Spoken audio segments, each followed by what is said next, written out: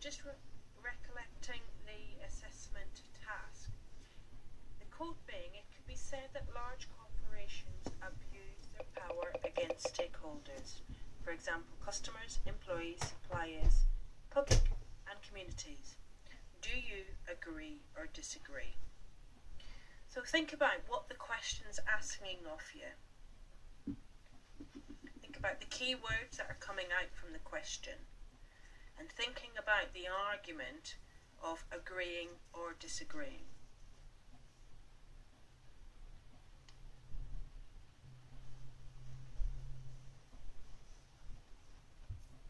So some key phrases that are in the question that you need to understand. What's meant by large corporations?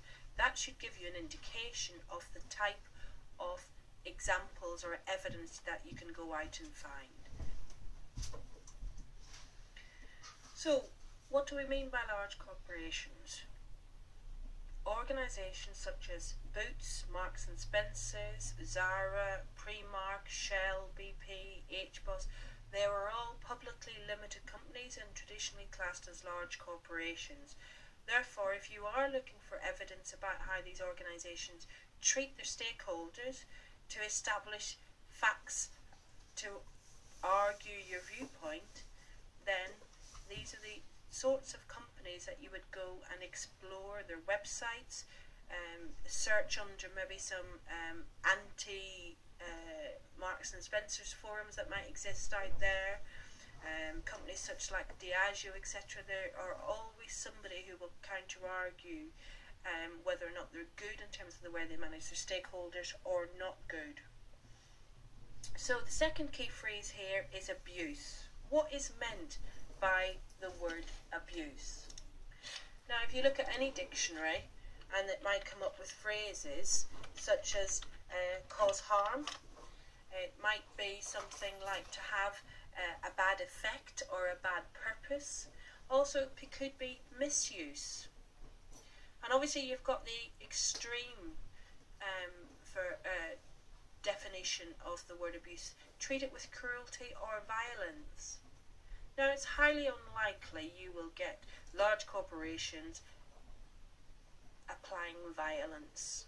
Okay, so you've got to just draw some balance here around the definition of the word abuse. So if you think about abusing stakeholders, it could be just for a bad purpose or a misuse, so almost an undercurrent of manipulation. So think about the phrase abuse and what it means to you, or how you interpret that word and how it leads you to argue one side or the other. Another phrase is the word power. So when you think of the word power in the question, abuse their power. Well, what power do you think corporations have? Okay, and whether or not they leverage that with their stakeholders. Key phrases again, stakeholders. You could refer back to last week's lecture around definition of stakeholders and what is meant by that. And again, you could also equally look at some of the definitions of management of stakeholders and whether or not the relationship between the management of stakeholders is a good relationship or whether it could be deemed as abusive. And then finally, think about whether or not you fundamentally agree or disagree with that statement. Okay? Where does your passion lie when you read that statement? Large corporations abuse their power against stakeholders. Do you agree with it or do you disagree? Okay? So think about your own state of mind and where you think your preference is. Getting all of that information together, first of all, starts or helps you think about the foundation in which you need to operate from. So now you've got a grasp of what the question's actually asking from you, then here's some preparation, and I'll emphasize the word before writing, okay? What I've found having read the last two assignments is you are writing the assignment as you're almost finding knowledge. Some of the people who are getting grades in the 50s and 40s and the 30s, it's because you are writing to demonstrate your findings which makes it very descriptive, rather than stating your findings on a planning sheet and then think about what that means in terms of the question that you're being asked. So, some preparation before writing. You need to know information on how corporations manage stakeholders, whether that is theoretical based from reading journals and reading textbooks, or whether or not you are finding evidence in any of the websites of the companies that you are selecting to evidence and justify some of the conversations and arguments that you're putting forward in your discussion. Again, you need to know information on the key definitions of stakeholders. Some of that was covered last week. Think about what journal articles are telling you about the phrase stakeholder management. What does that mean? That gives you some identification of what should be happening versus what you are finding from evidence in the websites, on the companies, or just in news articles that either supported or refute that argument. And again, you cannot replace research. Research is instrumental to the way in which you structure your assignments, okay? So researching organisations, researching journals, forming an opinion having researched and gathered evidence from examples. So once you've investigated all these areas and collated all this information, then you need to sit down and think about the question again and think about how you're going to sort out some of those pieces of information in order to form a structure for what you will write as an assignment in response to the question asked. What I'm going to try and attempt to do now, live with this video recording, is just show you some of the ways in which I would start to think about how I would respond to this question. Okay, so bear with me while I try and structure this video and draw some graphs or pictures, visuals for you. So in terms of whether or not I agree or disagree, okay? Oops. Okay. And what I might do is actually just simply draw a line in a piece of paper and write down all the reasons why I might agree with it and all the reasons why I might disagree with it, especially if you're really toying between both sides of the arguments because of what you've read. Okay, so in terms of a structure then, I'm quite a mind map person, so what I would do is stakeholder assignment, okay, and what I'd start to think about, right, theory, and I might think of research and theory about stakeholder, oops, and excuse my shorthand here, stakeholder management. I might think about reading journals around research, because journal articles are written from academics' research, and therefore if you pick up journals that talk about stakeholder management, it's likely you will find in that journal article the findings and conclusions that they have reached. Okay, that sort of evidence will help you again argue your agree or your disagree. Okay, I might have my personal view. Okay, what do I think? And list that down. And why do I think it? Okay. Then I might think, okay, so what are the key aspects of the question being asked? And I will list those out. Okay, so it might be things like, well, what's meant by the word abuse and power? Okay, and so forth. So similar to what I've started with this presentation with. But once I've done all of that, almost this is your prep. Okay, then I would think about structure. And in order to think about structure, I might think about what themes have I found from my reading. So what you then start to do is think about what you know versus what you're going to use. Okay? So again, very simple. You could divide your sheet of paper up in whichever way you wish, but you're learning as a first year student, and therefore you might need to fill some gaps in your own knowledge about the subject matter, and then think about how you're going to use all that knowledge to answer the question.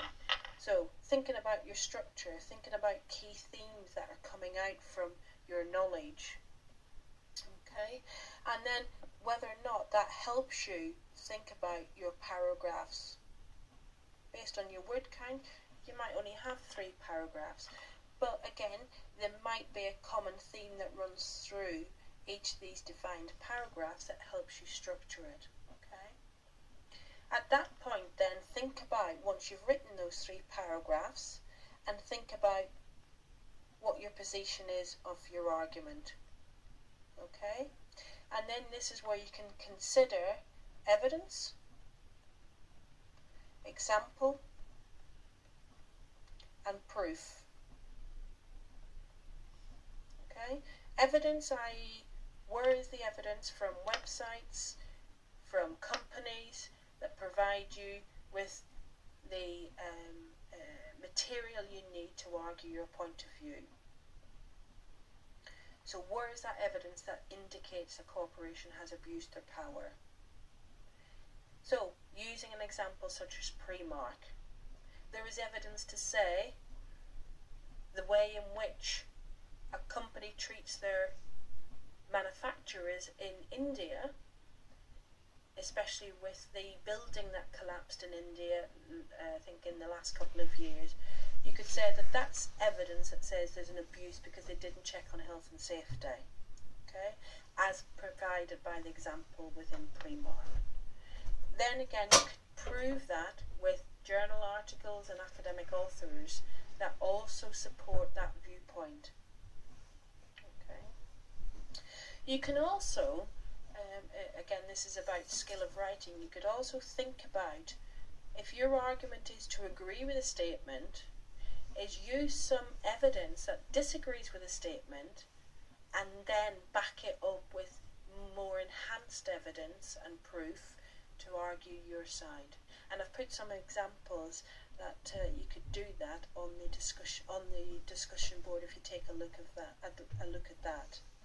Then once you've got the main body, then this is where you start to add in intro and conclusion. Your conclusion is a summary of what you have already written. And most logically, you would start with saying what you were trying to achieve with the essay, and what position you were arguing, and what evidence there was that supported that, and make it very succinct. Replicate the structure in a journal article that talks about their abstract, their intro, the main body, their findings, and then the conclusion. Your intro then is telling the reader what they are about to read, in which case it is whether or not you agree or disagree with the statement and how your essay is going to be structured. And if you have some limitations and you know what those limitations are, you can also state them into the introduction. As a rule of thumb, people tend to use 10% as a rough guide of numbers and word count for their introduction and conclusion. And also thinking about references. Some people are asking me how many reference. I know that in 136 some people have said that for every 1,000 words you should be 6 to 8 references. Your word count obviously is 1,250, so again you can prorate how many references you should be having. And I have to say, where there are students that are getting good grades in their 60s and their 70s and their 80s, their referencing, whilst there might be errors in them, are fundamentally good. They are reading around the subject, and that really enhances the argument that they are putting forward. I know it's a bit of a messy diagram, but hopefully working through it, it helps you think about where you would start with this assignment. Okay, from this page you can see a written version of what I've just informed you on the previous slide. So think about your intro and the main body, but please do not call them headings: introduction, main body, conclusion. Okay, think about how you can phrase in particular your main body into some themes that at a quick glance a reader can look at it and see what might be written in that section, because the title or the heading replicates what the paragraph is about. And remember to adhere to the word count parameters that you've got. Okay, so in terms of submission, you know, all parts of this assignment have to be completed. You have to submit a draft. You have to provide quality feedback to 3 people. The system is set up to randomise items that will be given to each student. So if you submit a piece of work within the deadline, you will get 3 pieces of work back. If you don't submit a piece of work within the deadline, and then you will not get 3 pieces of work allocated to you. And unless you have special circumstances to be considered, then you will have shown that you've not participated, and that will be penalised accordingly. So you have to undertake all elements, okay? It isn't optional. I've also set the system to check for copying and plagiarism. So if you read somebody's work and you quite like an idea, if you think you can lift the idea and use it in your own work, then you will be caught. That is seen as plagiarism and also potentially collusion. Okay? Your purpose here is providing feedback and receiving feedback from others in a way that which you can help you to improve your submission. You can still work on your draft while people are giving you feedback. Nothing is stopping you continuing to improve your work throughout the whole time scale, right up until the deadline. The added advantage is you're getting 3 opinions from other students. Now, why is that of benefit? Well, it's of benefit of 2 reasons. One, it's another set of eyes that looks at your work and can spot things, so it's a way to check your work. And secondly, it does benefit students when they can start to recognise what's descriptive and what isn't, and whether or not you're answering the question. So it has got some advantages, so please participate fully in these requirements.